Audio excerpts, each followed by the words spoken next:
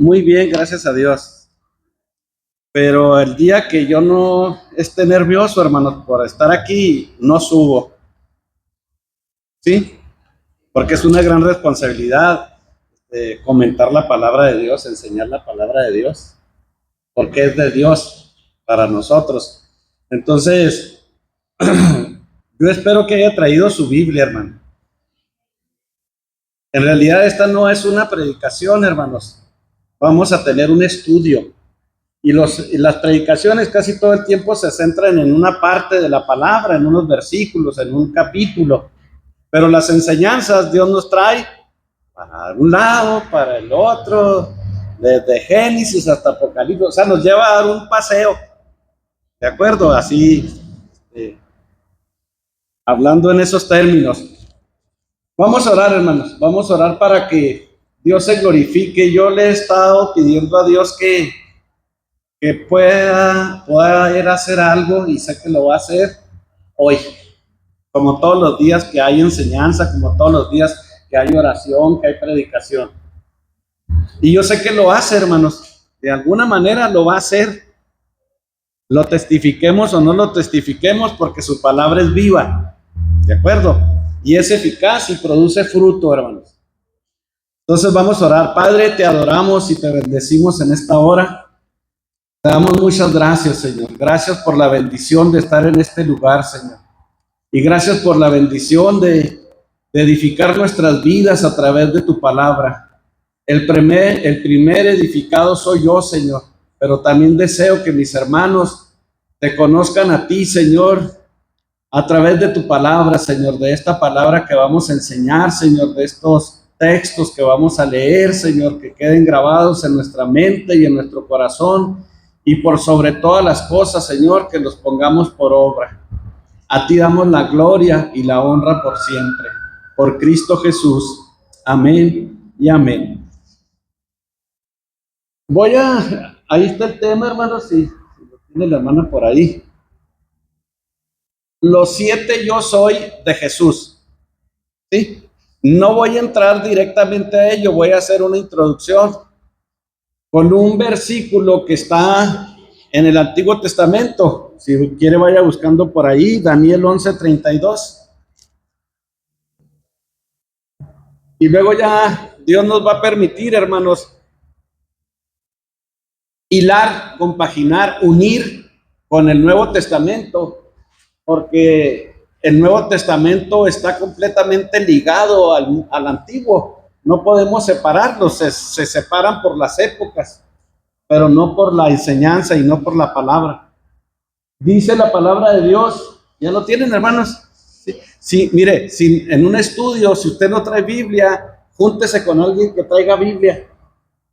Yo sé que la palabra, la fe viene por el oír y el oír por la palabra de Dios, pero también por manejarla, por leerla, por tener esa habilidad, ¿verdad? Dice allí Daniel 11:32, con lisonja seducirá a los violadores del pacto, mas el pueblo que conoce a su Dios se esforzará y actuará. Lo voy a leer otra vez, hermano, váyaselo grabando, ¿sí?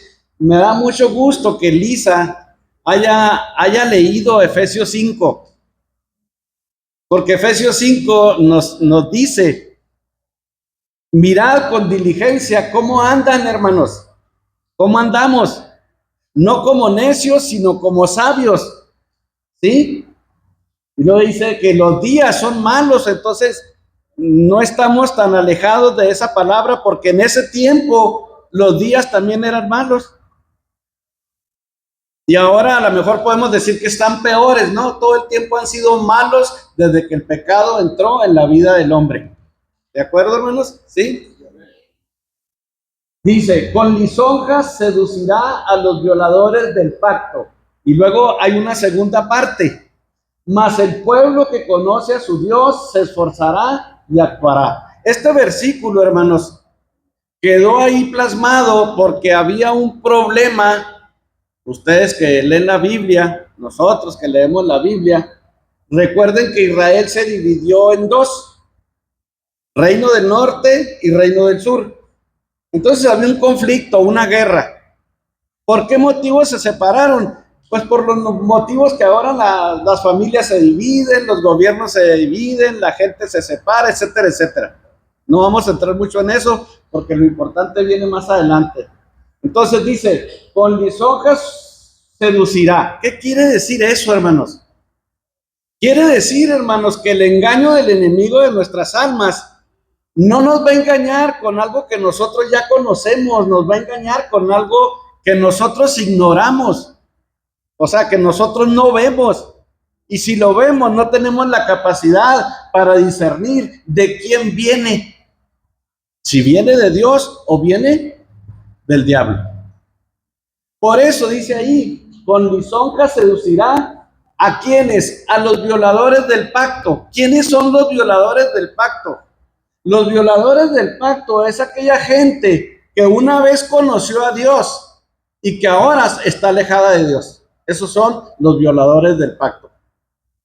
Cualquier semejanza o parecido con los tiempos que está viviendo la iglesia en esta etapa de la vida de la humanidad, no quiero ni imaginarme, ¿verdad? Pero hay mucha gente que conoció a Dios y se ha alejado de Él. A nosotros nos dice que mirad cómo andéis, no como necios, sino como sabios, porque nosotros, hermanos, necesitamos conocer a Dios. Nosotros necesitamos conocer a Dios. Y no importa, hermanos, cuánto tiempo tengamos en los caminos del Señor. Si usted tiene un año, un mes, necesita conocer a Dios. Al Dios de la palabra, de esa palabra que usted tiene en sus manos. Yo necesito conocer a Dios. Nuestro pastor, Luis Carlos, que están allá, todos necesitamos conocer a Dios. Para no caer, hermanos, en el engaño a través de lisonjas y que alguien nos seduzca y nos aparte de la verdad. Está profetizado que estamos en los tiempos de la apostasía. La apostasía es que habiendo conocido a Dios, de repente, para el otro lado. ¿Sí? Dice, mas el pueblo que conoce a su Dios, vamos a hablar del conocimiento de Dios. Ese es el punto, hermanos, ¿sí? ¿Qué hace el pueblo que conoce a su Dios? Hay dos verbos ahí. Nos vamos a esforzar y vamos a actuar. Para mí, hermanos, es completamente imposible que yo diga que yo soy hijo de Dios o que yo soy cristiano y no hacer nada. Estaría siendo un violador del pacto. Estaría engañándome a mí mismo, porque estoy diciendo que soy hijo de Dios, que soy cristiano, y luego no hago lo que la palabra me dice. Ahorita en estos tiempos, hermanos, es bien facilito y usted se encuentra gente que dice, es que soy cristiano, y luego de repente se le salen sapos, cucarachas, y de repente juzgar, ahí mismo, hermanos, en la misma plática. Solo Dios sabe quién es hijo. Solo Dios sabe quién es salvo. Pero nosotros sabemos, hermanos, porque el Espíritu Santo nos da testimonio que somos hijos de Dios. ¿Cómo nos da testimonio? Porque nos hemos alejado de la vida de las tinieblas y ahora vivimos y nos esforzamos en vivir en el reino de la luz. O sea, ahora nos esforzamos en conocer a Dios y en actuar. ¿Sí? Dice, allí en ese versículo, hermanos, se destaca la importancia de tener un conocimiento íntimo con Dios. ¿Qué es un conocimiento íntimo con Dios? La palabra de Dios en ninguna parte dice que nosotros leamos la palabra. La palabra que se usa es escudriñar. Y escudriñar es como, si usted conoce las gallinas, cuando las gallinas buscan lombrices o insectos, escarban en la tierra hasta que los encuentran. Eso se llama escudriñar. Entonces, para escudriñar la palabra, hermano, necesitamos a irnos a ver qué dice atrás del versículo, a ver qué tiene para mí. Les recomiendo que cada vez que lean la Biblia se pregunten, Dios y yo, o sea, ¿qué me quieres decir aquí? Pregúnteselo porque es válido, ¿verdad? Dice, también nos lleva a la comprensión ese versículo de que nosotros, desde que nos convertimos a Cristo, tenemos una lucha permanente. Y les voy a decir cómo es esa lucha, a muerte. A veces leemos y escuchamos muy facilito el versículo ese que el diablo anda como león rugiente buscando a quien devorar. Algunas vamos a tener la oportunidad de desmenuzarlo. ¿Quién es el león? El rey de la selva, el animal más temible, ¿verdad? Pues así más o menos comparan al diablo. ¿Y qué quiere él? Destruir, matar. Entonces, esa es la batalla. Ahí tenían esa batalla, esos dos reinos, pero no vamos a hablar ahorita de ellos. Vamos a hablar de la importancia de nosotros como cristianos que tenemos una responsabilidad, y se las pongo así con mayúsculas, de conocer al Dios de la Biblia. Sí, hermanos, al Dios de la Biblia. No se pongan tan serio. No, ahorita, a lo mejor ahorita les hago preguntas, ¿verdad? No se crean tampoco, ¿verdad? Bueno, miren, dice enseguida ahí, hermanos, que conocer a Dios, hermanos, nos va a llevar a actuar, a esforzarnos y a actuar. La palabra de Dios dice también por ahí en alguna parte, no traigo ahorita pero gracias a Dios que Dios le pone a uno la palabra. Hermanos, que Él cuando Él venga, sí creemos que Jesucristo vendrá, hermanos, segunda vez, gracias a Dios. Dice que no solamente quiere encontrar oidores, sino hacedores de la palabra. Ahora, hermanos, la pregunta, ¿cómo conocer a Dios? Porque a veces nos dicen, hay que conocer a Dios y hay que conocer a Dios, pero no nos dicen el cómo. Yo espero que usted se esté preguntando, ¿cómo? ¿Cómo conocer a Dios? Sí, con la Biblia, sí, pero ¿cómo? Si la puedo leer, y la pregunta sigue, ¿cómo? ¿Cómo lo conozco si no le entiendo, si no me cae el 20? O sea, ¿qué hago? Bueno, hay 7 afirmaciones, hermanos, de Jesús que el apóstol Juan hace en su evangelio de quién es Él. Nosotros tenemos que estar bien apercibidos de quién es Jesús, en qué está basada nuestra fe, para poder esforzarnos y darlo a conocer a nuestros semejantes. Como aquel que le preguntó, ¿cuál es mi prójimo? Todo el que está cerca de nosotros es nuestro prójimo, ¿verdad? Bueno, dice, hay 7 afirmaciones en el Evangelio de Juan. En el Antiguo Testamento, Dios reveló a Moisés su nombre, y ese nombre que Dios le reveló a Moisés está en Éxodo 3:14. Fíjense lo que dice Éxodo 3:14. Sí recuerdan que Moisés, cuando Dios lo escogió, estaba poniendo muchos obstáculos, muchas trabas, pero Señor, Señor, yo soy tartamudo. O sea, yo no, en pocas palabras, ¿por qué me escoges a mí? Espero que nosotros no digamos, ¿por qué me escogiste a mí, verdad? Y respondió Dios a Moisés. Bueno, Moisés primero le preguntó, y si me preguntan de parte de quién vengo, ¿qué les digo? Esa misma pregunta hágasela, hermano, hoy, cuando usted le hable a una persona de Jesús. Y si me preguntan qué onda, que por qué les estoy hablando de quién les estoy hablando, entonces tenemos que conocer el personaje de cuál les vamos a hablar a la gente. Tenemos que conocer a Jesús. Y dice, yo soy el que soy. Y dijo así, así dirás a los hijos de Israel, yo soy, me envió a vosotros. Pues ese yo soy, hermanos, nos envía también a nosotros, porque nosotros formamos parte ya del pueblo de Dios. Nomás con este puro conocimiento, hermanos, nosotros ya debemos de estar pensando, ¿qué voy a hacer con esta palabra? La mayoría de los comentaristas de este tiempo dicen que la iglesia está adormecida, que la iglesia está dormida.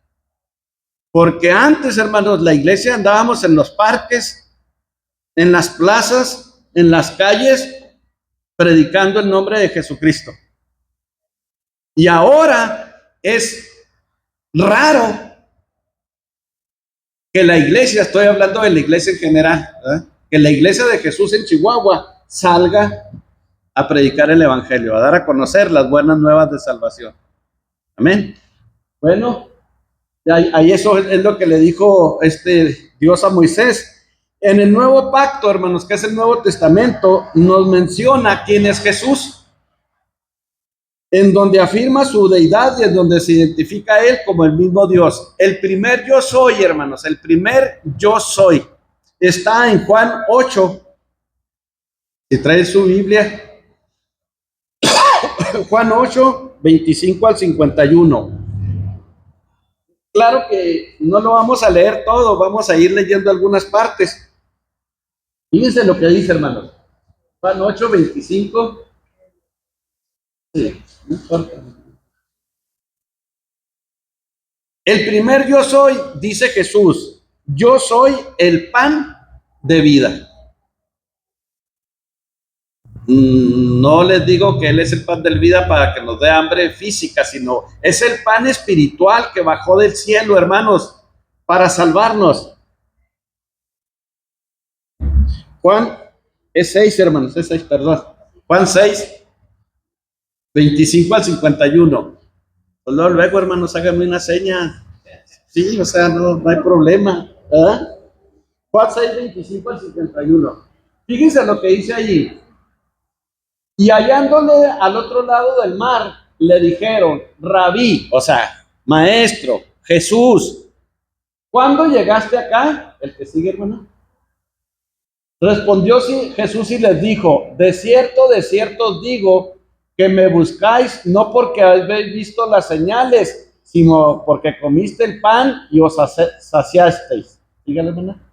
Trabajad no por la comida que perece, sino por la comida que a vida eterna permanece, la cual el Hijo del Hombre os dará, porque a este señaló Dios el Padre. Búsquenme ahí en la Biblia más adelantito, donde dice, es que ustedes vienen por la comida, pero yo soy, o sea, yo soy ese pan de vida. Ustedes buscan la comida material, la comida que alimenta el cuerpo, pero yo soy el alimento espiritual para ustedes. O sea, yo no quiero que me sigan por la comida que les doy. Quiero que me sigan por lo que yo soy. Yo soy el pan de vida. Si comen de este pan, no van a tener hambre nunca. Y como le dijo a la samaritana, si bebes de esta agua, tampoco vas a tener sed jamás. Entonces, hermanos, es tan emocionante saber que Jesús es nuestro pan de vida y que el pan que necesitamos espiritual es Él mismo. Y usted lo tiene en la mano porque Jesús es la palabra. Esta palabra no puede desligarse de Jesús. Jesús es el verbo se hizo carne, Jesús en la vida de Jesús, pero Jesús es la palabra. Entonces, hermanos, ¿cuál es el propósito de que sepamos que Jesús es el pan de vida? Que día con día, hermanos, podemos estar comiendo este pan espiritual. Si no lo hacemos, no es culpa de Jesús, es negligencia de nosotros. Por eso, ahorita que estaban leyendo lo de Efesios, dije yo, Señor, pues qué bueno que leyeron esto, porque lo voy a aprovechar para estarlo mencionando. Mirad, hermanos, cómo andamos. Si tenemos el pan que nos nutre espiritualmente en la mano, no necesitamos ir a buscarlo a la panadería, ni al súper, ni en ninguna parte. Lo tenemos y lo podemos comer en todo momento de nuestra vida. Ahorita cantábamos, lléname, Señor. Bueno, hermanos, que nos llene con la palabra. No sé si me explique, hermano. ¿Sí? Tenemos la oportunidad y la bendición tan grande, hermanos, que mucha gente no tiene. Y algunos hermanos nuestros están muriendo porque no se nutren de la palabra de Dios. Los tiempos son malos, hermanos, y se pondrán peores. Y no es para que nos asustemos, es para que nos esforcemos y actuemos.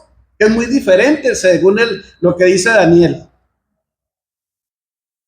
La palabra de Dios es viva y eficaz, hermanos, por eso hay que compartirla. El evangelio es el evangelio de poder para salvación, hermanos, para que la gente reconozca su pecado, se arrepiente y sea perdonado. ¿Cuánta gente se estará muriendo ahorita sin Cristo, hermanos, y nosotros con el pan de vida en la mano? Nomás piénselo, vamos a reflexionar. Porque esta palabra es para nosotros, pero para esforzarnos y actuar. Amén. ¿Cuál otro es, hermanos? ¿Cuál otra? Bueno, ¿cuándo dijo Jesús esa palabra, hermanos? Es que yo soy el pan de vida. Miren, les voy a contar así rápido la historia. Ustedes saben que Jesús alimentó en 2 ocasiones a mucha gente, a multitudes, y en ese tiempo solamente se contaban los hombres. ¿De acuerdo? Allá cuando estemos con Jesús, le preguntan por qué. No se crean, no vamos a tener ni chance, ya va a ser otra, mucho más, ya. ¿A qué nos acordamos, verdad? Si ya estamos allá. Pero en fin, dice que acababa Jesús de alimentar a 5,000 hombres. Si hacemos un cálculo más o menos que todos, bueno, no, si todos tuvieran mujer, serían 10,000. Y si todos tuvieran 2 hijos, 20,000. ¿Sí? Usted ya sabe la historia, qué fue lo que usó para alimentar a esos 5,000. Entonces, como empezó este capítulo, empieza, pues usted, como un reclamo de Jesús, ¿verdad? Pues ustedes me siguen porque les doy de comer, ¿sí? Y me buscan porque tienen hambre y saben dónde está la comida. Pero yo no quiero eso, les está diciendo Jesús. Yo quiero que sepan que esa comida perece, o sea, se acaba. Yo soy el pan de vida. Imagínense, hermanos, allí estaba Jesús físicamente con ellos y aquí está Jesús espiritualmente con nosotros. ¿Sí? Si captamos esa emoción, hermanos, esa sensación de que Jesús le está diciendo a usted ahorita, me está diciendo a mí, es que, hija mía, hijo mío, yo soy el pan de vida. Búscame a mí, porque yo soy eterno. Qué padre, ¿verdad, hermanos? Cuando yo preparaba esto, hermanos,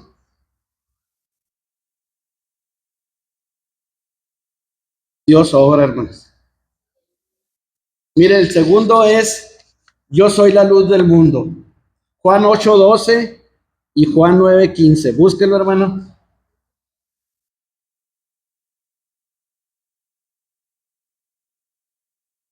Dice, otra vez Jesús les habló, otra vez. Hermanos, otra vez. Cuando Jesús dice otra vez, quiere decir, a nosotros les estoy hablando otra vez.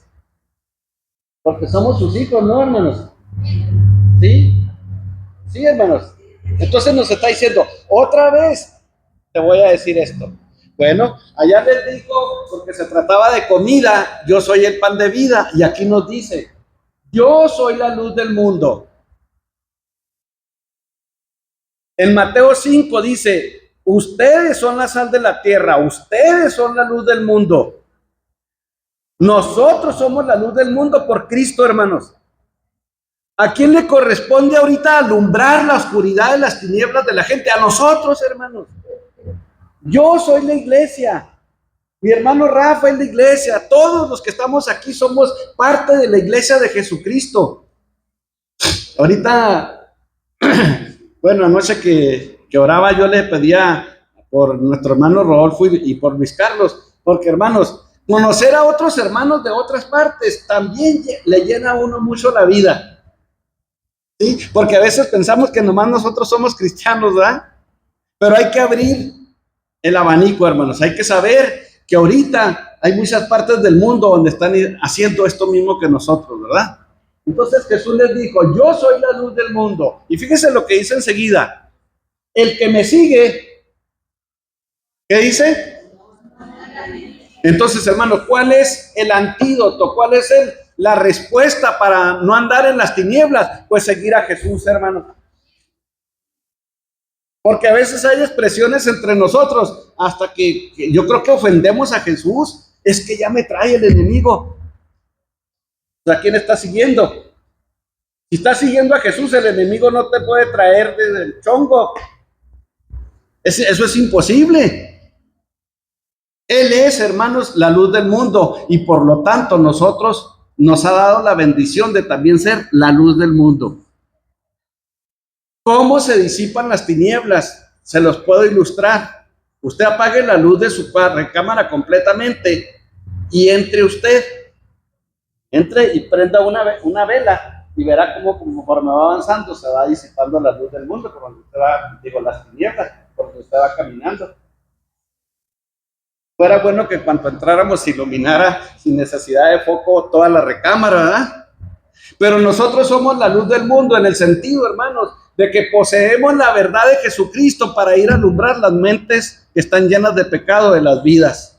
¿Cómo le vamos a hacer? Conociendo a Jesús para poder presentarles el autor de la salvación. Hay mucha gente que nada más conoce a Jesús como nos lo recitaban o nos hacían recitar cuando íbamos al catecismo en la religión popular, ¿verdad? Y conocemos lo que es el sacrificio de Cristo nomás porque resucitó y murió y resucitó al tercer día y estaba sentado y todo era una pura letanía, pero no sabíamos quién era ese Jesús. Y la palabra nos dice claramente quién es Jesús. El Jesús que nos ha salvado. El Jesús que descendió del cielo. El Jesús que se hizo semejante a nosotros para ver si así creíamos. El Jesús que venció en la cruz, hermanos. Y que se está esforzando todavía porque dice que está sentado a la derecha del Padre e intercediendo por nosotros. O sea, ¿sí? Dice, el que me sigue no andará en tinieblas, sino que, ¿qué, hermanos?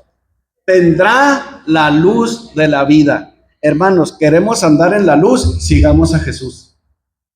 Ese Jesús tenemos que irlo a presentar también de esa forma, como la luz del mundo. No como esa iglesia que trae un relajo en el mundo, no. Como la luz verdadera, ¿sí? Ahora, hermanos, fíjense, ¿qué dice el 9:15? El 9:15 de Juan. Dice, volvieron pues a preguntarle también los fariseos, ¿cómo había recibido la vista el ciego de nacimiento? Ahí se trata del contexto que Jesús acababa de sanar, un ciego de nacimiento. No, dicen los que estudian que no es lo mismo sanar un ciego de nacimiento a que sane un ciego que de repente por una enfermedad se quedó ciego. Este no tenía ninguna posibilidad porque era ciego de nacimiento. Por eso puntualizan ahí, ciego de nacimiento. Y Jesús fácilmente, hermanos, lo hace que vea la luz. Y le preguntan los fariseos, que son los que nos pueden preguntar también a nosotros, y que a veces nos preguntan, ¿quién es ese Jesús que tú predicas? ¿Por qué dices que eres hijo de Jesús? Bueno, le preguntaron los fariseos, ¿cómo había recibido la vista ese ciego? Él les dijo, el ciego, me puso lodo sobre los ojos y me lavé y veo. Yo no sé, pero Jesús puede usar saliva, puede usar lodo, puede usar agua, puede usar lo que quiera, porque Él es Dios, hermanos, pero el resultado aquí es que el ciego que nunca había visto la luz, por primera vez en la vida, vio la luz. Hermano, ¿cómo estaba nuestra vida antes de que nos conociéramos a Jesús? En oscuridad, hermanos. Estábamos ciegos, muertos en delitos y pecados por causa de nuestra maldad. Cuando vino Jesús a nuestras vidas, nuestros ojos fueron abiertos y entonces podemos ver la luz. A lo mejor nos pueden preguntar, ¿y cómo es eso? Pues tenemos que tener la sabiduría de Dios para explicarles cómo es eso. Ahora fácilmente el Espíritu nos redarguye en cuanto pecamos. En cuanto usted dice una mentira, luego hay algo que, ¿sí? Ese es cuando el Espíritu, ¿sí?, nos redarguye. Sí, o sea, nos avisa, nos alerta. ¿Sabes qué? Ya te pusiste en mal con Dios, arrepiéntete y pídele perdón. Porque Dios nos perdona todos los días, hermanos. Seguimos siendo pecadores arrepentidos. ¿Dónde están los demás, hermanos? Fíjense. Mateo 5:14 es donde les decía ahorita, cuando Jesús, cuando empieza las bienaventuranzas y el sermón del monte, nos dice a nosotros, hermanos, ahí les estaba diciendo a los judíos, pero nos dice a nosotros, la iglesia, ustedes, o sea, vosotros, nosotros, son la luz del mundo. Por lo tanto, Dice, una ciudad asentada sobre un monte no se puede esconder, ni una luz que se enciende se puede poner por debajo de una mesa, porque no va a alumbrar. Hermanos, nosotros tenemos que darnos a conocer como la iglesia de Jesucristo. ¿Se acuerdan? Yo creo que no, pues yo creo que soy el más viejo aquí. Pero antes había un tipo de policía aquí en Chihuahua que se llamaba la policía judicial. Y cuando la judicial se presentaba con alguien, luego hacía esto, hermano, sacaba algo, una charola y luego decía, mire, policía judicial. Yo esto lo ilustré una vez no en un anuncio, hermanos, con todos los maestros que yo tenía, yo utilizaba esa ilustración y yo luego me daba a conocer. Yo soy Manuel Andazola, soy cristiano. ¿Sí? Así tenemos que ser nosotros, hermanos, como la luz, la luz. No vamos a ir alumbrando con una cachumba o con una lámpara o con un quinqué o con una veladora. No, tenemos que ir alumbrando con nuestra propia vida, con nuestro propio testimonio, hermanos. Por eso es tan importante el testimonio. Por eso es tan importante cómo estamos viviendo la vida en Cristo. Porque estamos en los tiempos, hermanos, cuando ahorita se van a manifestar muchos engañadores, muchos falsos. Pero nosotros seguimos siendo la luz. ¿De acuerdo, hermanos? Bueno, hay otro que dice la tercera yo soy la puerta, hermanos. Ese yo creo que sí lo han escuchado muchas veces. Está en Juan 10, versículos 1, 7 y 9. Juan 10. Ahí hay otra enseñanza, hermanos.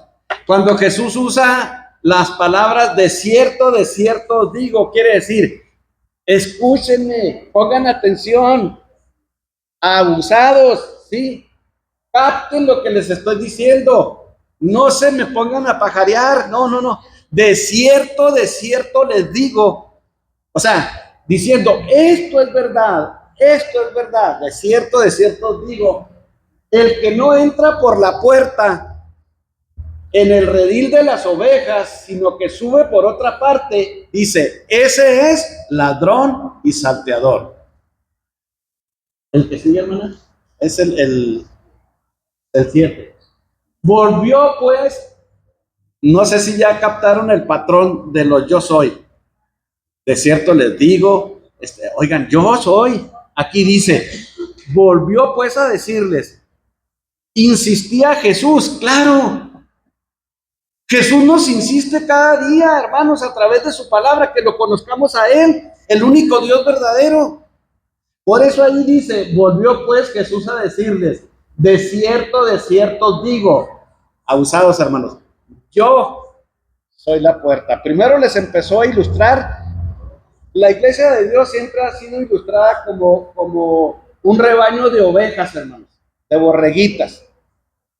No que seamos borregos, no. Está la ilustración como un rebaño de ovejas, porque la ilustración está tomada de los tiempos bíblicos. ¿Sí? Entonces, seguramente Jesús sabía y conocía cómo se trataba a las ovejas y cómo era la vida de un pastor y cómo cuando las recogían en la tarde las metían en un redil o en un aprisco. El aprisco es algo donde las resguardaban de los animales por las noches, como las cuevas. Como nosotros, hermanos, nos quedamos en la calle, ¿verdad que no? Si salimos por la puerta de nuestra casa, regresamos y entramos por la puerta de nuestra casa. Así las ovejas. Válgase de la ilustración. Entonces ahí Jesús les dice, de cierto os digo, ya vieron las ovejitas, pero yo soy más que el redil, yo soy más que la puerta física por donde entran las ovejas, yo soy la puerta, por mí es por donde van a entrar, al redil que les tengo preparado a ustedes. No sé si me captaron, ¿no? ¿Sí? ¿Sí? O sea, estaban viendo cómo entraban las ovejitas y Jesús utiliza y hace la analogía, hace la ilustración. Es que, como cuando les dijo, es que yo soy el pan de vida, sí, se acaban de comer, ya están bien satisfechos, qué bueno, ¿verdad? Pero yo soy más que la comida que ustedes comieron, yo soy el pan. Aquí también a las ovejas les dice, es que yo soy la puerta por la que tienen que entrar. Hermanos, y un día vamos a entrar por esa puerta que se llama Jesús. El que no entra por esa puerta, hermanos,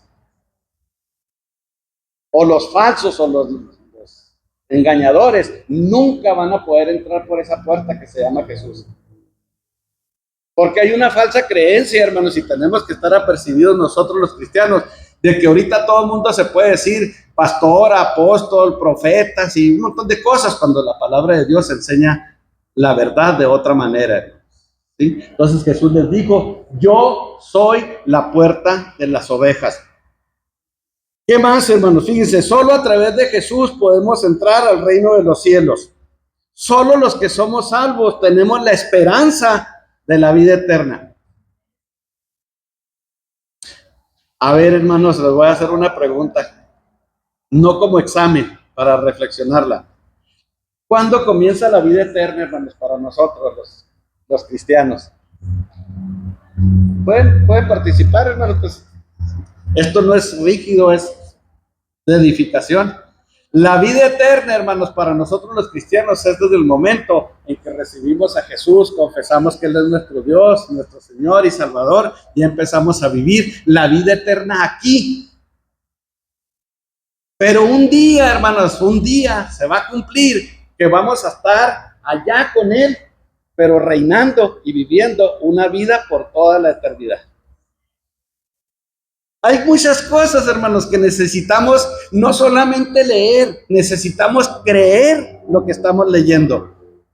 Yo les decía hace poco que no es lo mismo creer en Dios, porque si salimos ahorita todos nosotros y nos esforzamos y actuamos, ponemos la palabra en acción luego ahorita y vamos allá a las puertas de la súper con una sola pregunta. ¿Usted cree en Dios? Toda la gente le va a contestar que sí. Hasta los ateos, gracias a Dios, ¿verdad? Pero si usted les pregunta, ¿le cree a Dios? Ah, bueno, pues nosotros estamos obligados a creer en Dios y también creerle a Dios. Son cosas, parece lo mismo, como las similares, ¿verdad? Pero no es igual. Entonces, hay que estar bien apercibido de esas cosas, hermanos. ¿Sí? Dice, solo a través de Jesús podemos entrar al redil, al aprisco. Él, Jesús, es nuestro resguardo. Por eso decimos que Jesús es nuestro refugio. Por eso decimos que Jesús es nuestro pronto auxilio en las tribulaciones. Por eso decimos que en Jesús estamos completos, hermanos, porque Él, no las cosas materiales como las cuevas, los cercos, no, Él, Jesús, es la puerta. Porque ahí está una puerta, hermanos, pero la puerta verdadera, hermanos, la que siempre está abierta para nosotros, es Jesús. Yo quisiera que toda la gente, que toda mi familia entrara por esa puerta. Es una de nuestras peticiones, mía y de mi esposa, que ninguno de los que Dios nos ha dado se quede atrás. ¿Por qué, hermanos? Porque hay que esforzarnos en conocer a Dios, porque sabemos lo que nos espera a todos los que conocemos a Dios. ¿Ustedes tienen fe, hermanos? Bueno, pues hay que ponerle en acción para poder decir que tenemos fe. Así de sencillo, hermanos. Porque en el pleito de Pablo y de Santiago, si dices que tú tienes fe y no la muestras, no hay evidencias, entonces ¿cómo dices que tienes fe? La fe en acción, hermanos, es ir a llevar y decirles a la gente que Jesús es la única puerta para llegar al cielo, para entrar al cielo. Dice, debemos entrar al redil a través de Cristo como el gran mediador entre Dios y los hombres. Eso lo dice en primera de Timoteo 2, versículos 4 al 5. Porque hay un solo Dios. Fíjense, hermanos, fíjense las expresiones. Hay un solo Dios y un solo mediador entre Dios y los hombres, Jesucristo. ¿Sí, hermanos? Entonces, nosotros no podemos entrar a través de ningún santo, hermanos. Nosotros no podemos entrar al cielo a través de una organización o porque somos muy buenos. No, tenemos que entrar a través del único mediador entre Dios y los hombres, Jesucristo. En una ocasión a mí me preguntaron, estaba platicando con una persona que no es de nuestra religión, como dicen ellos, ¿verdad? Y luego me dice, bueno, ¿y la Virgencita qué? Con todo respeto lo digo para la gente que nos ve. Hermanos, el único que murió en la cruz, que sufrió por nosotros, que venció a la muerte y resucitó y regresó al cielo, se llama Jesús y se seguirá llamando Jesús por todos los siglos de los siglos. Por eso en Hebreos, desde el capítulo 10 en adelante, dice que el sacrificio de Jesús fue único, perfecto y para siempre. Ya no quedan más sacrificios, por más que la gente invente cosas. Como no hay más puertas y no hay más luces, ni hay más panes, hermanos. Solamente hay un pan, el pan de vida, la luz del mundo y la puerta. Se llama Jesús. ¿Sí, hermanos? La siguiente, que es la cuarta, se llama Yo soy el buen pastor. Está muy ligado a esto que estamos viendo. ¿Quién guía a las ovejas, hermanos? El pastor. El buen pastor, el pastor de los pastores, como dicen muchos. A mí no me gusta usar mucho eso, pero ya dije. El único pastor, buen pastor, se llama Jesús. Dice ahí, fíjense, cuando la Biblia le da énfasis al yo soy, está diciendo, es que no hay nadie más. Sí, cuando Jesús dijo, como cuando le dijo Dios a Moisés, Jehová a Moisés, pues diles que vas de parte de yo soy el que soy, o sea, no hay otro. Ni nos lo dice muchas veces, yo soy el buen pastor. ¿Qué quiere decir esto? Que no hay otro.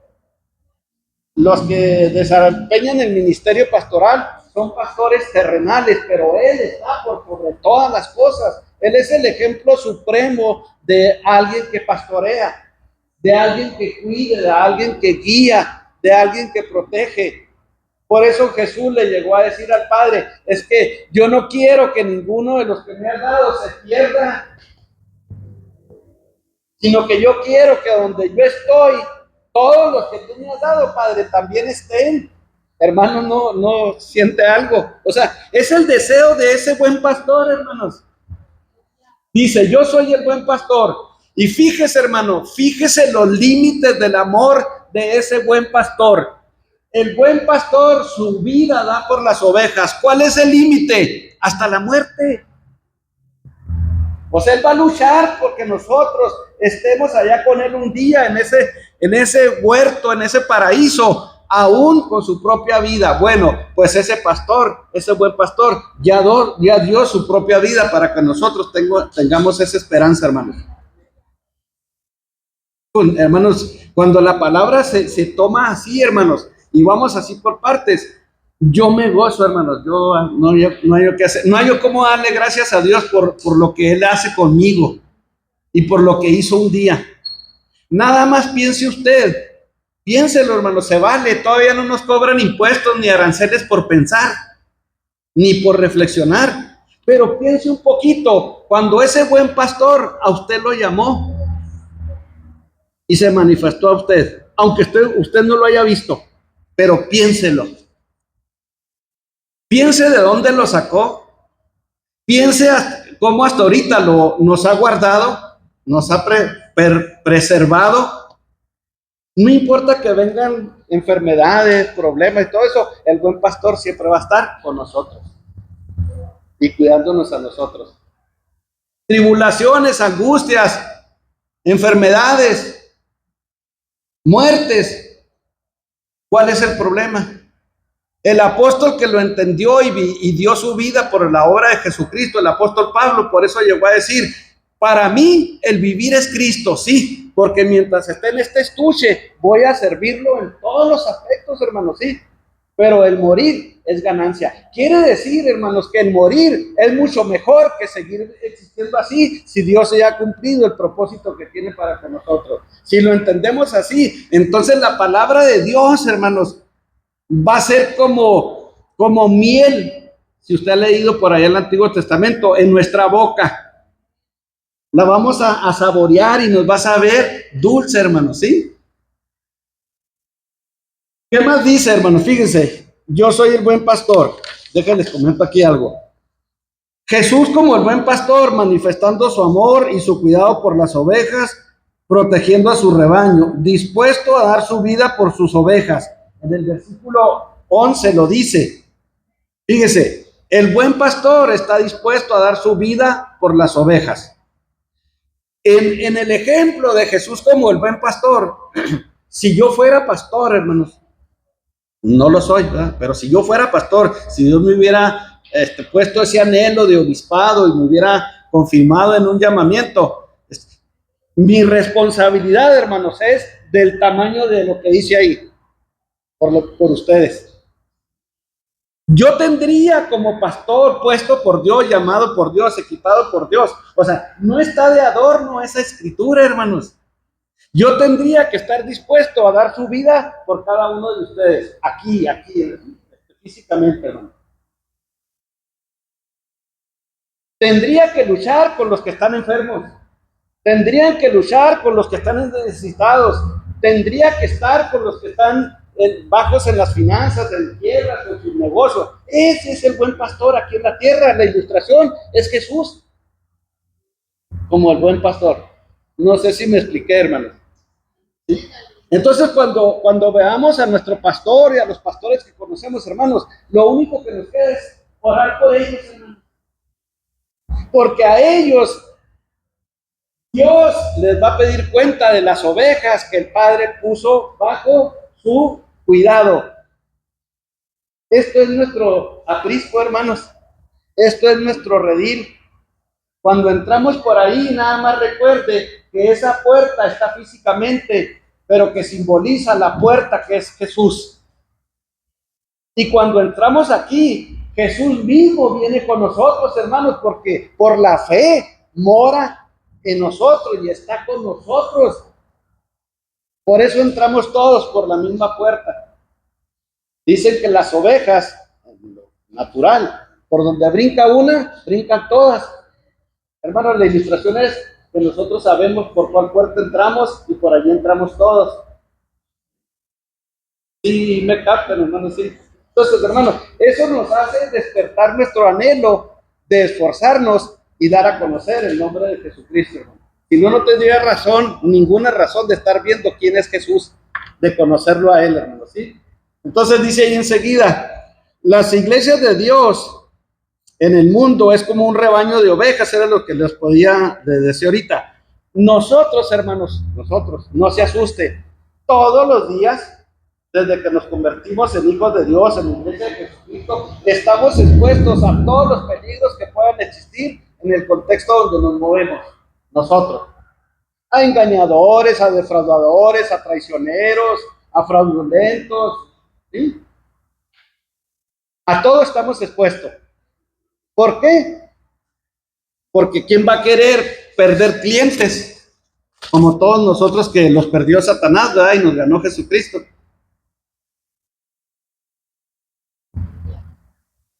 Por eso, hermano, la vida del pastor debe estar siempre protegido por nosotros.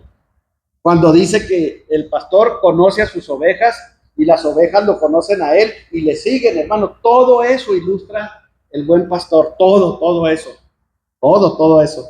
Y luego dice enseguida, Jesús como el buen pastor está asumiendo un título divino del Antiguo Testamento que está en Salmos 23:1. Cuando usted lea Jehová es mi pastor, hermanos, si leemos el Salmo 23 y nos vamos preguntando, ¿sí? Jehová es mi pastor, nada me faltará. Y decimos, Jehová me pondrá sobre pastos verdes. Hermanos, hay que leer la palabra de Dios, pidiéndole al Espíritu Santo que nos diga a nosotros, ¿y esto qué para mí? Para mí, ¿sí? La quinta, hermanos, para que no se nos vaya el tiempo. Dice, está en Juan 11, capítulo 25, la quinta expresión de yo soy. Y fíjense dónde inició todo, hermanos. en Génesis, con Moisés y Jehová. ¿Sí? ¿Qué dice, hermanos? Fíjense lo que dice. Les dijo Jesús: yo soy la resurrección y la vida. El que cree en mí, aunque esté muerto, vivirá. Esta expresión se usa mucho en los funerales. Si usted va a un funeral, usan ese versículo. Y ahí está hablando. Acuérdense que en los tiempos de Jesús había no solamente dos grupos que eran contrarios, los fariseos y los saduceos, unos que creían en la resurrección y otros que no creían en la resurrección, y por ahí entraban otros, los herodianos, y eso es que era un montón de grupos, ¿verdad? Y unos discutían que la resurrección y otros que no existía la resurrección, que no había resurrección. Y como muchas veces que nos juntamos los hijos de Dios en algún evento, empezamos a platicar y discutimos o platicamos de estas cosas, ¿verdad? No nos vamos a poner de acuerdo hasta que sepamos qué dice Dios, hermanos. Dios es el que pone el equilibrio en toda conversación, en toda plática, por muy distante o muy contraria que sea. La palabra de Dios nos pone en el justo equilibrio. ¿Qué dice Dios? Porque como decían en mis tiempos, ¿verdad? Pues nosotros podemos decir el mundo y la mundera, pero Dios es el que dice la verdad. Fíjense lo que dice allí. Jesús les dijo: es que yo soy la resurrección y la vida. ¿Por qué tienen que estar discutiendo si aquí me tienen enfrente? O sea, Jesús estaba en persona, hermanos. ¿Sí?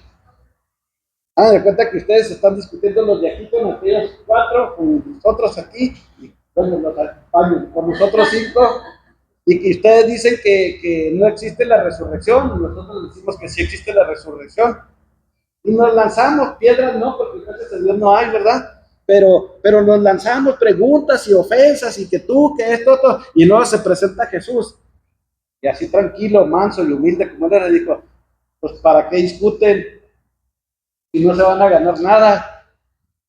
Erráis ignorando las escrituras. Es que yo soy la resurrección y la vida. Sí, hermanos, o sea, yo soy la resurrección y la vida. Yo viene enseguida. Si creen en mí, aunque estén muertos, van a vivir. Por cuestión del tiempo, no quiero ponerme porque me gusta mucho desmenuzar ahí, pero ahí hay mucha enseñanza, hermanos, a futuro, aún a futuro, ¿sí? Pero Jesús, hermanos, es las primicias de la resurrección, porque Jesús resucitó, hermanos. Nosotros, ya sea que nos vayamos antes en el rapto o seamos transformados en vida o resucitemos para ser transformados, hermanos, Jesús sigue siendo la resurrección y la vida. Es el primero que resucitó, y porque Él es el primero que resucitó, nosotros tenemos la esperanza de resucitar un día en el tiempo de nosotros, la iglesia. Hombre, hermanos, eso está. Nada más por saber eso, hermanos, yo me movería y actuaría. O sea, iría a decirle a la gente, a los míos, ¿verdad? ¿Quién es Jesús? ¿Sí, hermanos? ¿Qué más dice aquí? Dice: esta afirmación fue dicha antes de resucitar a Lázaro, su amigo. Ya se sabe la historia, ¿eh? Tenía 4 días de muerto, ya olía mal, etcétera, etcétera. Jesús llega y llora, las hermanas le reclaman, y etcétera, etcétera, y la gente se veía incrédula. Hay muchas ilustraciones de eso, pero Jesús sabía que Lázaro iba a resucitar. Y Jesús muchas veces le decía al Padre: Señor, esto te pido por la incredulidad de estos, para que estos crean. Pero nada más póngase a pensar un ratito, así como las caricaturas o los libros de cómics de antes, que se ponía una nubecita aquí arriba. Y represéntese aquí arriba la escena donde Jesús le dice a Lázaro: Lázaro, ven fuera o sal fuera. Y que sale el muerto, bueno, el que estaba muerto. Y no andaba de parranda, hermanos, como la canción, no. Estaba muerto y en descomposición.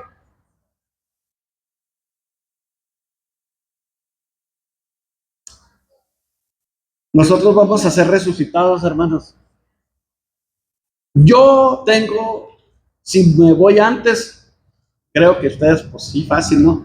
Pero hermanos, la esperanza que yo tengo es que un día voy a resucitar y que mi cuerpo, no sé cómo le va a hacer el Señor, del polvo de la tierra, lo voy a volver otra vez a formar y me voy a ir con Él, en un cuerpo glorificado. Los que estén vivos, su cuerpo va a ser transformado completamente para poder ser glorificado y tener entrada al cielo. Ninguna cosa inmunda puede entrar al cielo. Por eso vamos a ser glorificados. Pero mientras estamos aquí, hermanos, hay que creerle a Dios y hay que creer en Dios de lo que dice su palabra, que Jesús es la resurrección y la vida. El que cree en Él, aunque esté muerto, vivirá.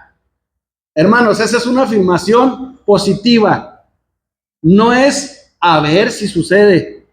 No, es una afirmación con todo el poder de la palabra de Dios. Aquí a mí me está diciendo que aunque yo esté muerto, voy a vivir.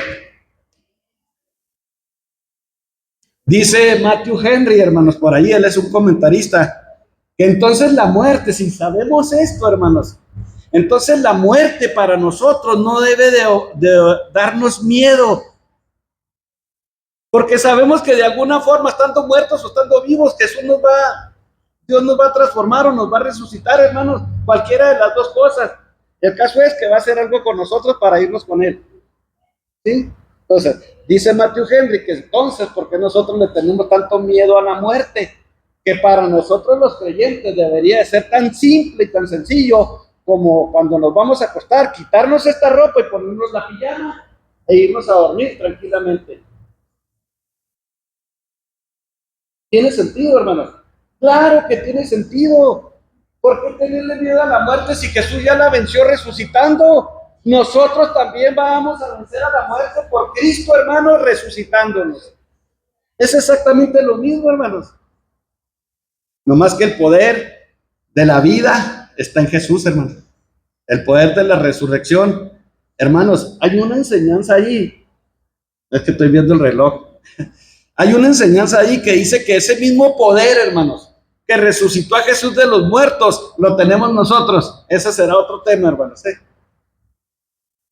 Y el para qué lo tenemos, para qué nos lo dio Dios. No para ir a andar diciendo que somos, no. Es para otra cosa. Entonces, hermanos, vamos a seguir avanzando. Fíjense. Dice, al resucitar a Lázaro, Jesús demostró cómo cumple las promesas al Israel antiguo, porque en Isaías 26:19, hermanos, ya estaba profetizado lo que iba a suceder con los muertos. Fíjense lo que dice. Le decía a Dios, ahí está en Isaías 26:19. Usted en su tiempo de lectura, estas citas nomás le van a servir de referencia para que lea todo el capítulo, todos los contextos, y entonces nos vamos a dar cuenta a qué se estaba refiriendo. Dice, tus muertos vivirán. Dice, sus cadáveres resucitarán. Despertad y cantad, moradores del polvo, porque tu rocío es cual rocío de hortalizas y la tierra dará sus muertos. Hermanos, lo que se está tratando ahí, tus muertos, tus cadáveres van a resucitar. Jesús sigue diciendo, yo soy la resurrección y la vida. ¿Sí? Amén, hermanos. Y luego dice, sin Jesús no hay resurrección ni vida eterna. Eso está en Apocalipsis 1:8. Dice Apocalipsis 1:8. Dice, a ver, hermanos, dice, y el que vivo y estuve muerto, mas he aquí que vivo por los siglos de los siglos. ¿Resucitó Jesús? Amén. Dice, y tengo las llaves de la muerte y el Hades. O sea, bajo mi divinidad está todo el control de toda la humanidad, de todo el universo. No hay nada que suceda si no sucede por mi voluntad. Amén, hermanos. La sexta, hermanos. La sexta yo soy. Yo soy el camino, la verdad y la vida. Nadie, hermanos, acostúmbrense a entender las palabras totalitarias o totales que usa Dios. Nadie es nadie, hermanos. Como nada es nada. Dice, nadie viene al Padre si no es por quién? Por mí, dice Jesús. Por eso dice, yo soy el camino, yo soy la verdad y yo soy la vida. ¿Se acuerdan que hablamos? Yo soy la puerta, o sea, nadie va a entrar por esa puerta si no es por mí. Bueno, hermanos, les quiero contar una historia que empieza en Génesis 3. Usted la va a recordar. Para entender esto, usted lee en su casa todo Génesis 3. Sí, hermanos, lléveselo de tarea. Génesis 3. Pero en los versículos 23 y 24, bueno, la historia dice que Adán y Eva pecaron. Ya no tenemos que caer nosotros en que si Adán pecó primero o Eva pecó primero, que quién tuvo la culpa la tuvo Adán. Para que se animen mujeres. ¿Por qué? Porque a Adán en el capítulo 2 le fue dicho primero la orden. Y Adán fue creado primero. Y el hombre, ahí va hombre, sí, tenemos la responsabilidad de cuidar a la mujer que Dios nos ha dado por esposa, de sustentarla, de cuidarla, de amarla, ¿sí, hermanos? Y la mujer, pues ayuda idónea, ¿sí? Entonces, ¿qué pasó, hermanos?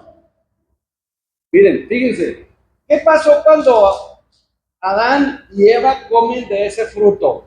Tampoco es una manzana, hermanos, quíteselo de la mente. Si dijera, miren la palabra, era un fruto, ¿de acuerdo? ¿Qué hace Dios? Versículo 23. Lo sacó Jehová del huerto del Edén para que labrase la tierra de que fue tomado. ¿A quién los dice? Lo sacó. ¿A quién? A Adán. Luego le dio chamba. ¿Por qué? Porque por haber pecado tenía que vivir las consecuencias que ya le había dicho Dios a Adán. O sea, se los dijo por separado, ¿de acuerdo? Y le dijo, con el dolor, con el sudor de tu frente vas a conseguir el pan. O sea, te me pones a chambear por haber pecado. Cualquier semejanza parecida con el pecado de nosotros cuando pecamos, ¿nos hace sentir bien? No, no creo que a un cristiano el pecado lo haga sentir bien. Nos incomoda. Por eso siempre tenemos que estar confrontando el pecado.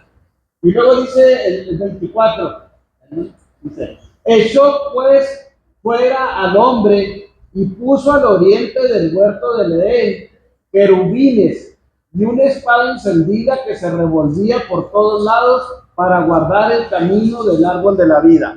Dice, echó pues fuera al hombre y a la mujer. Ahí ya no se refiere no nada más a Adán, por el género masculino. Hay muchas ocasiones en que se habla de hombre y se habla específicamente de los varones, pero ahí se refiere a los dos. O sea, les dijo Dios, ¿saben qué? Se me van. Y lo sacó de la parte más sublime, más hermosa que ha existido sobre la tierra natural, el huerto del Edén. Donde tenían todo, hermanos, absolutamente todo. ¿Cuál fue el motivo? El pecado. Sí los quiero mucho, sí platicaba con ustedes, pero se me van. ¿Sí? ¿Qué pasó ahí, hermanos? Tiene mucha relación con esto que vamos a ver. Dice, y puso al oriente del huerto del Edén querubines. Sí sabemos lo que son los querubines. Son ángeles que Dios los puso encargados de resguardar esa salida, ese camino. Y luego la espada, los que dicen que estudian, que esto otro, era una espada que se movía sola, así en este sentido, abarcando todo el camino por donde salieron Adán y Eva. Hermanos, lo más sorprendente de esto y lo más edificante para nosotros es que desde que el hombre pecó, ese camino estaba siendo resguardado por esos querubines. ¿Quién se iba a atrever a regresar si eran los guardias de Dios? Porque como cualquier mexicano íbamos a intentar, o cualquier ser humano, a tratar de regresarnos. No se podía. ¿Qué se lo impedía? El pecado. ¿De acuerdo? La espada, hermanos, era lo que cerraba el camino. Hermanos, la ilustración, la profundidad de ese camino fue borrado. No había ninguna esperanza para Adán y para Eva, ni para nosotros, hermanos. de encontrar ese camino porque fue borrado, hermanos. Pero gracias a Dios, hermanos, si vamos a Génesis 3:15, hermanos, a ver si no me equivoqué. Sí, es 3:15 o 2:15. A ver, hermanos, ayúdenme. Donde Dios ya tenía en el plan eterno, hermanos, cómo salvar al hombre, cómo salvar a la mujer. Ahí está la promesa, hermanos, dice, y pondré enemistad entre ti y la mujer, y entre tu simiente y la simiente suya. Esta te herirá en la cabeza y tú le herirás en el calcañar. En pocas palabras, hermanos, esa era una esperanza de que Dios ya tenía preparado un Salvador del mundo. Por eso Juan 3:16, hermano, dice, de tal manera amó Dios al mundo, porque amaba su creación, hermanos. A ver, hermanos, ¿qué hicimos nosotros de mérito para que Dios nos amara? Nada. Y sin embargo nos amó desde el principio. Hermanos, Dios ya tenía preparado a Jesús como el camino, la verdad y la vida. Por eso Jesús, en los tiempos de su ministerio, dice, es que para regresar al Padre, les dijo, es que yo soy el camino.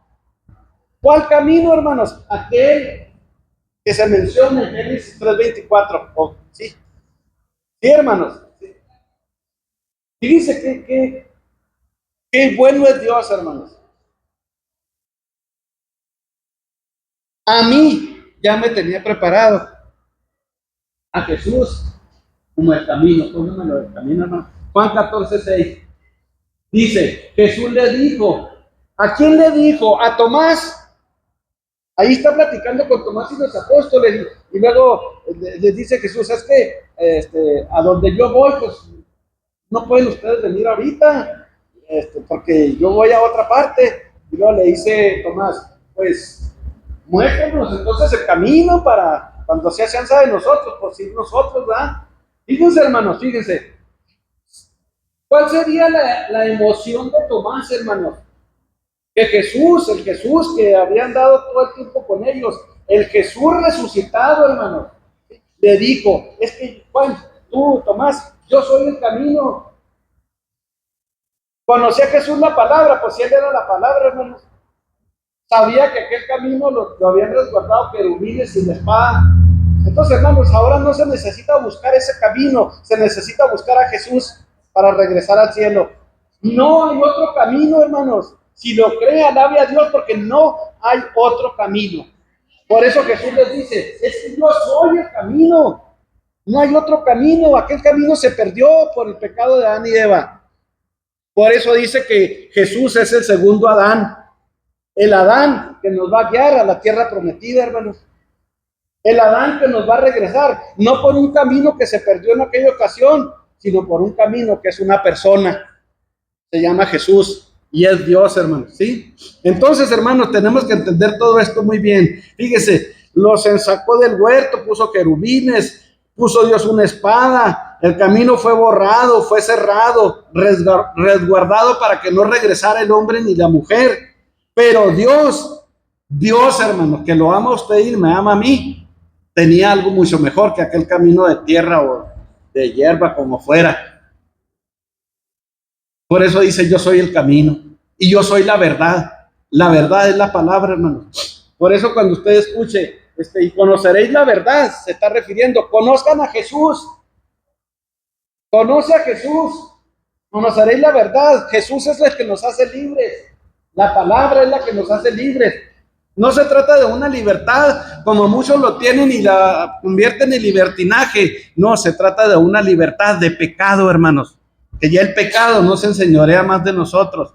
De una libertad de conciencia, de una libertad de espíritu, de una libertad de acción. Porque sabemos quién es el camino, quién es la verdad y quién es la vida. Fíjese lo que dice ahí enseguida.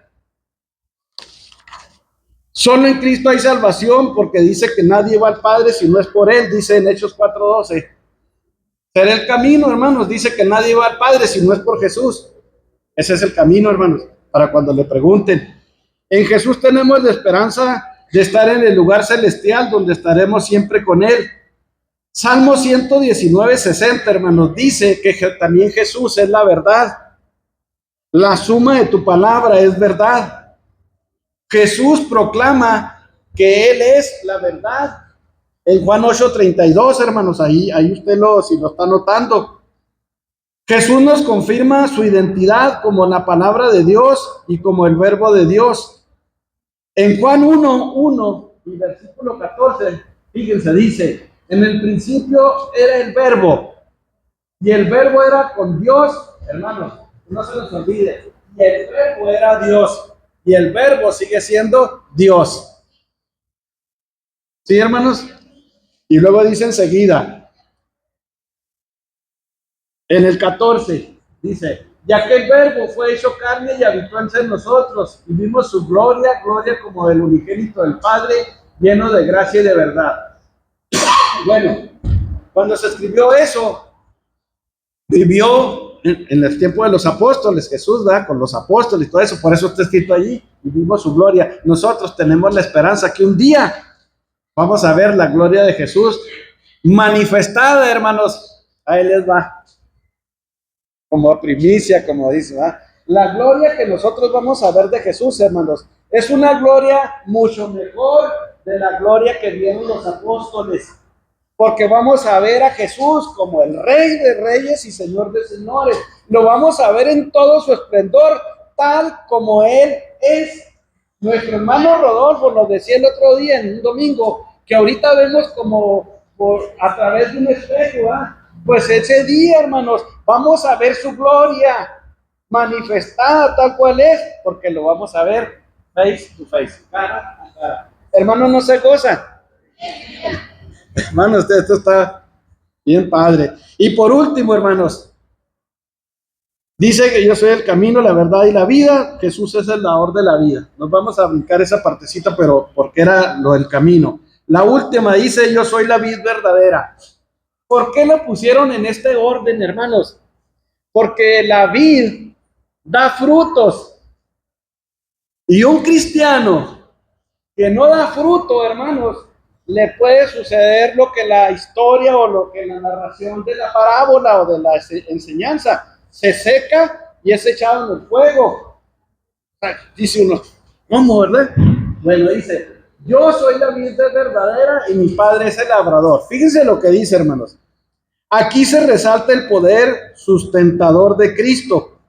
Él es la vid, nosotros los pámpanos, o sea, los sarmientos, o sea, las ramas de donde salen las hojitas, somos nosotros. Pero ¿quién es la vid? El todo, Jesús. ¿Por qué usó esto? Porque en aquel tiempo se usaban mucho los viñedos, la producción de uva. Y lo dice enseguida, los pámpanos deben estar unidos a la vid para dar fruto. De manera igual nosotros, ya que somos los verdaderos creyentes, unidos a Cristo y mediante su poder en nosotros podemos dar fruto, hermanos. Si verdaderamente nosotros somos los pámpanos, ilustrativamente hablando, tenemos que estar agarrados de la mano de Jesús para poder dar fruto. La vida de un cristiano no se trata de andar como el llanero solitario, porque acuérdense que la película El llanero solitario no andaba solitario, traía a su indio, el toro, ¿eh? Nosotros, hermanos, no voy a hacer la ilustración, pero nosotros no podemos andar sin dar fruto. Hermanos, aquí el yo soy la vid nos está retando, hermanos, a que nosotros, si estamos tomados, si estamos en Cristo, hermanos, por fuerza, o sea, o por consecuencia, tenemos que estar dando fruto. A ver, hermanos, piense cuáles son esos frutos que usted está dando. No me lo diga. Al cabo que desde el momento en que lo esté pensando, lo estemos pensando, ya lo está viendo él. Pero si yo estoy conociendo que él es la vid y dice, el que permanece en mí, aquí hay otra enseñanza, hermanos, el que permanece en mí y yo en él. Yo tengo que estar plenamente seguro, hermanos, y mucho más en estos tiempos, que yo estoy en Cristo, pero que Cristo también está en mí.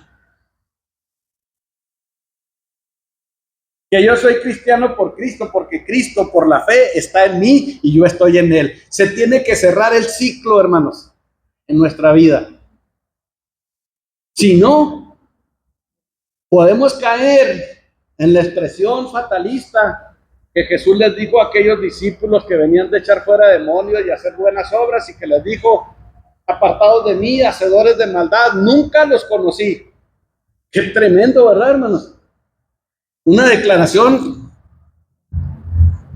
y aquí no se trata de una lucha libre, 3 caídas sin límite de tiempo, no, hermanos. Esas caídas eran totales. Entonces, hermanos, cuando Jesús dice: el que permanece en mí y yo en él, ahí está otra afirmación: yo, no el otro ni el nadie más. Yo tengo que permanecer en ti y tú tienes que permanecer en mí.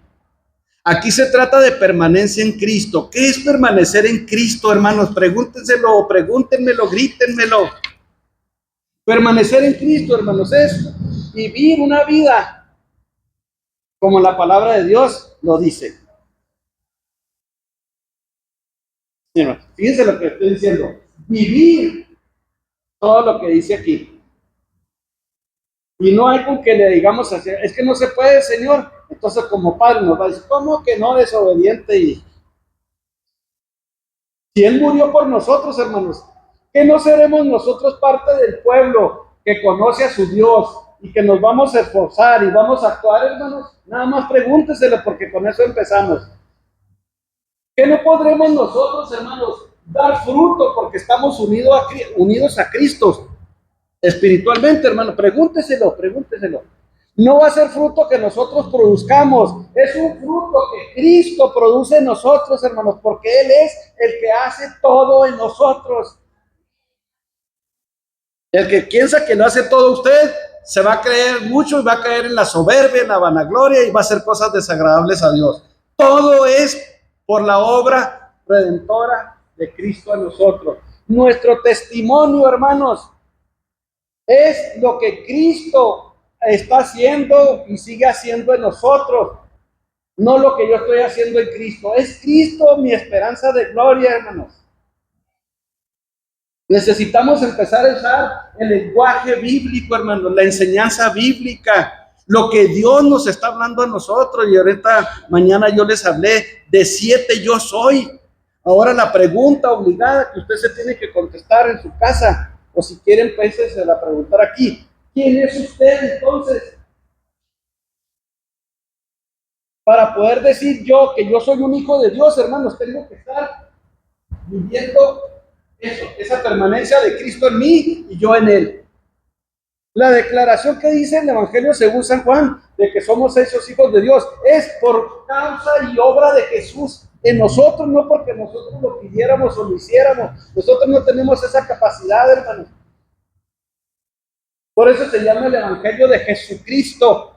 Pues si no, hermanos, cada quien nos enchalecaríamos las buenas obras, ¿verdad? Y ya tendríamos ganado el cielo, como otros que piensan así. Entonces dice, fíjese, si estamos en Cristo, hermanos, vamos a producir una obra, hermanos. ¿O cuántas?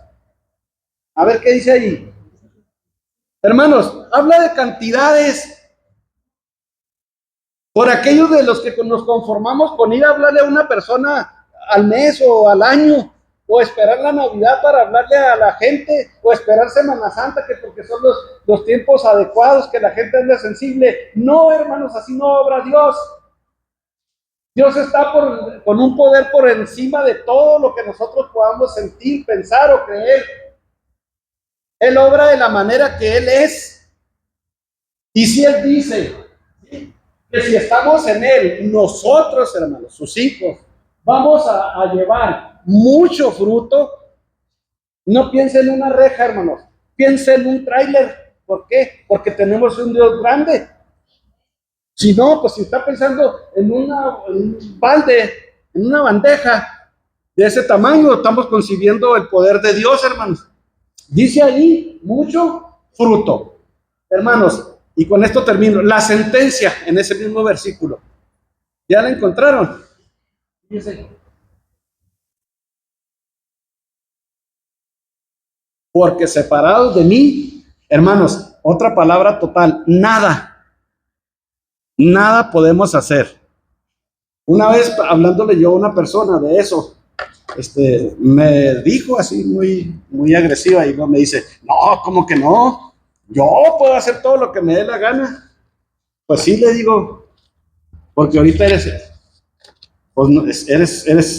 estás fuera del plan de Dios, necesitas conocer a Dios para que sepas lo que puedes hacer, porque en Cristo, esta es otra expresión que se usa mucho, pero que la tenemos que vivir, es que todo lo puedo en Cristo que me fortalece. Órale, hermanos, el pueblo que conoce a su Dios se esforzará y actuará. Eso se llama fe en acción. Cuando yo hago lo que yo creo que Dios me dice que debo hacer, ¿sí? Entonces, hermanos, separados de Cristo, nada podemos hacer. ¿Para qué nos sirve esto, hermanos? Conocer todos estos yo soy. Díganme cómo empezó el versículo de Daniel. ¿Se acuerdan?